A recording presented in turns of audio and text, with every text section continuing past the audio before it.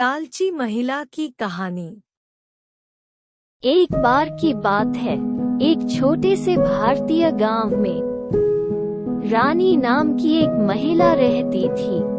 वो अपने लालच और धन और शक्ति की इच्छा के लिए पूरे गांव में जानी जाती थी।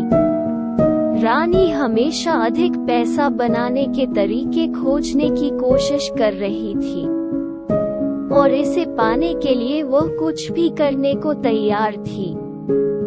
वो अक्सर ग्रामीणों का लाभ उठाती थी, उनसे वस्तुओं और सेवाओं के लिए अत्यधिक कीमत वसूलती थी और अपने प्रभाव का उपयोग करके दूसरों को वो करने के लिए धमकाती थी जो वह चाहती थी। एक दिन रानी को पता चला कि एक अमीर व्यापारी गांव से गुजर रहा था और जमीन खरीदना चाह रहा था। रानी ने इसे एक त्वरित भाग्य बनाने के अवसर के रूप में देखा और उसने व्यापारी पर अपनी दृष्टि डाली। उसने व्यापारी के साथ छेड़खानी करना शुरू कर दिया, उसे उपहार और ध्यान देकर और उससे जमीन का एक टुकड़ा खरीदने के लिए राजी किया।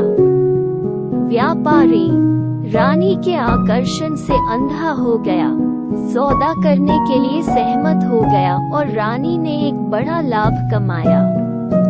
लेकिन रानी की इस हरकत से गांव वाले खुश नहीं थे।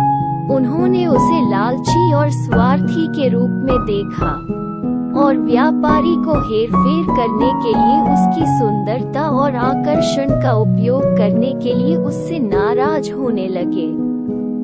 ग्रामीणों के गुस्से के बावजूद रानी लालची बनी रही, हमेशा अधिक पैसा बनाने और अपने हितों को आगे बढ़ाने के तरीकों की तलाश में रहती थी।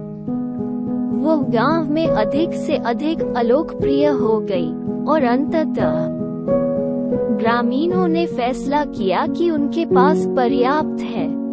वे एक साथ आए और रानी को उसके लालच और दूसरों के कल्याण के लिए चिंता की कमी के लिए गांव छोड़ने के लिए मजबूर किया। और उस दिन के बाद से रानी का गांव में स्वागत नहीं किया गया और वह अपने बाकी के दिनों को अकेलेपन और गरीबी में जीने के लिए मजबूर हो गई, जो उन सभी के लिए एक चेतावनी की कहानी थी जो लालच को अपने ऊपर हावी होने देते हैं।